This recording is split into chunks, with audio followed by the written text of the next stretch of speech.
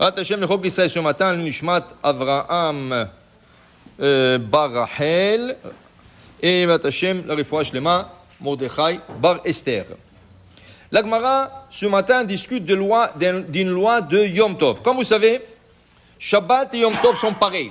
Il y a une seule différence, que tout ce qui est Ochel Nefesh, tout ce qu'on a besoin de préparer pour Ochel Nefesh, ou de choses qui ont à voir avec Ochel Nefesh, ils sont permis le jour de Yom Tov. La Gemara va discuter de la loi du transport le jour de Yom Tov. Yo Shabbat, on ne peut pas transporter s'il n'y a pas de Eruv. Okay? Et qu'est-ce que c'est Eruv? Selon le Shulchan Aruch, Eruv c'est une clôture. Carrément une barrière, une clôture, un mur. Ça c'est Eruv. Alors quand il y a une clôture aux quatre coins, à l'intérieur de ces Eruv, tu peux transporter. Le Rama, il dit que même un mur virtuel. Qu'est-ce que c'est un mur virtuel? Avec un fil. Tu as un fil qui entoure une place. À l'intérieur de cette place, tu peux transporter. Comme ça, il dit le Rama. Maintenant, tout ça c'est pour Shabbat. Mais Yom Tov, si c'est Tzorech Ochel Nefesh, tu n'as pas besoin de Eruv.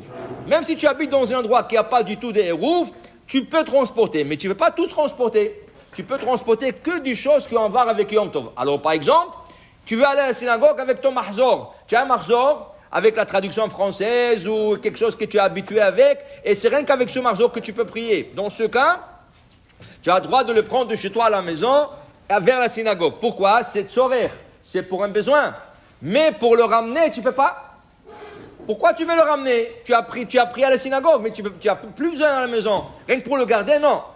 Il y a une permission, Bediavad, a posteriori, on te dit, si tu as peur que ce mahzor-là, qui est très cher à toi, il va se faire prendre par erreur, quelqu'un va le prendre, il va le faire disparaître. Il y a beaucoup de gens qui prennent des affaires, ils ne rentrent pas à la même place, et après tu vas chercher, tu ne vas pas le trouver, tu vas avoir tsar. Alors ça, c'est une permission de le retourner. Okay? Mais a priori, on n'a pas le droit de retourner un mahzor qu'on a pris. Pourquoi? Ce n'est plus nécessaire. C'est ça? Un chauffard, tu peux l'emmener à la synagogue, mais tu ne peux pas le ramener. Pourquoi? Parce que tu as besoin d'une raison pour le transporter. Alors si tu veux sonner le chauffard, c'est une bonne raison, mais retourner à la maison, non. À moins que tu aies peur que ça se fasse voler, ou quelqu'un le prend, ou quelque chose comme ça. Alors la Mishnah, ça c'est la Mishnah ce matin, et la Gemara on discute, et la Gemara dit qu'on peut envoyer kelim tfurim. Qu'est-ce que c'est kelim? Bgadim. Des habits prêts à porter. Si tu veux envoyer quelqu'un un cadeau, tu lui envoies des habits prêts à porter. Tu lui envoies un costume de l'Ichvod Yom Tov. Okay? Bien sûr, c'est l'Ichvod Yom Tov, il va la porter, il va avoir un plaisir de Yom Tov. C'est complètement permis. Afilu she'enam tfurim. Même si c'est des habits qui ne sont pas... C'est des tissus. C'est des tissus, c'est pas des habits, c'est des tissus. C'est aussi permis. Le maïhazou, qu'est-ce qu'il va faire avec des tissus? Dit la Gemara, il peut se couvrir avec. Un tissu en laine. Ah, tu as froid, tu mets comme un drap. Ça chauffe. C'est bon? Okay? Alors, il y a une utilisation. Mais la Gemara dit, la Mishnah, elle nous a dit, afilu kil'aim. Même un tissu qui est sha'atnez. Qu'est-ce que c'est sha'atnez? Sha'atnez, c'est un tissu fabriqué par la laine et le lin. Okay? Ça veut dire que le tissu est composé de laine et lin. Mais laine et lin, c'est sha'atnez. C'est une de hukim, c'est une des lois non explicables de la Torah. Comme le lait et la viande, on ne peut pas mélanger, pourquoi on ne sait pas. Ainsi que porter un costume qui a la laine, fait en laine, okay? Et un peu de lin interdit. Par exemple, ils ont cousu le bouton avec un fil de lin. Tout le costume est interdit de porter. Tant que tu n'as pas quitté ce fil, tout le costume. Ils ont cousu... Tout le costume, quand il vient le poche sont cousus. Okay? Ils ont cousu les poches avec un fil de lin. Et pourquoi ils utilisent le lin? Surtout le costume italien et français utilisent le lin. Pourquoi? Parce que c'est un fil rigide. Et comme il est rigide, il tient les affaires en place. Alors ils mettent ça dans les épaulettes, ils mettent ça sur le col, ou pour le coudre le bouton. Okay? Maintenant, en Pologne, ils utilisent le lin parce que c'est moins cher. En Pologne, ce n'est pas une question de rigidité, parce que c'est moins cher. Alors, ils utilisent le lin.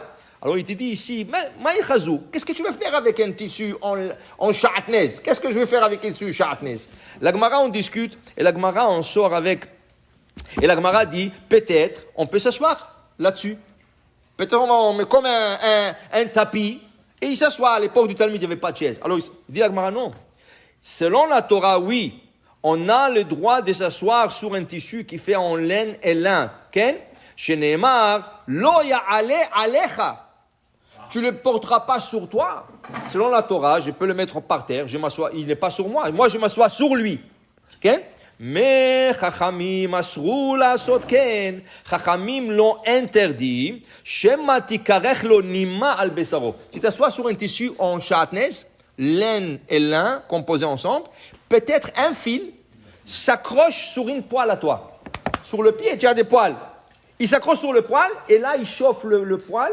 Ça, Chachamim l'ont interdit chez Matikaïchlon. Maintenant, quand ils ont fait le décret, même si tu as 10 matelas, la Gemara dit 10 matelas, un par-dessus l'autre, et toi tu t'assois au haut, sur le 10e matelas, mais le dernier matelas, le 10e en bas, il est sha'atnez, tout c'est interdit de s'asseoir.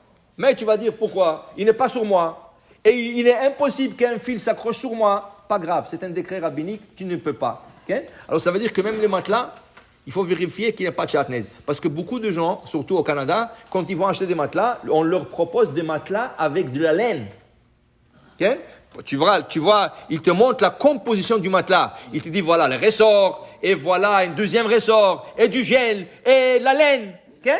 Et la laine, regarde, est-ce qu'il n'est pas cousu cette laine avec un fil en lin? C'est ça? S'il te dit, oh, je ne sais pas moi, tu prends un échantillon, et tu vas dans un laboratoire de Cha'atnez, il y a 2 ici et 3 à Montréal, et tu vérifies si cette laine n'est pas cousue avec un fil de lin. Si oui, tu ne vas pas dormir sur ce matelas. Okay? Dit la Gemara, alors on revient. Alors qu'est-ce que je peux faire avec un tissu qui est laine et lin? Dit la Gemara, tu peux faire ardalaïn. Mais c'est ardalaïn, overshoes. Le chaussure qu'on met par-dessus le soulier. En hiver, oui, le caoutchouc qu'on met par-dessus le soulier. Dedans, il y a un morceau de feutre. Oui. 2 fois, ils peuvent mettre de la laine avec le lin. Ça, dit la Gemara, ça caché, c'est un tissu qui est rigide, il ne chauffe pas parce qu'il est trop dur. Okay? Dans ce cas, ce serait un derechimum bekar. On n'a pas l'habitude de se chauffer de telle manière. Dans ce cas, il n'y a pas de problème. Alors le gars, il lui a donné un tissu. Qu'est-ce qu'il peut faire avec Yom Tov? Il peut faire Ardelaim. Il peut mettre sur le soulier. Il pleut dehors. À l'époque, il n'y avait pas de route. Il pleuvait dehors. Alors il mettait ça sur ce soulier et il sortait avec. C'était permis. Alors pour dire que Yom Tov, il est permis de transporter, mais tout ce qu'on transporte doit être quelque chose qui est utilisable le jour de Yom Tov. Amen. Amen.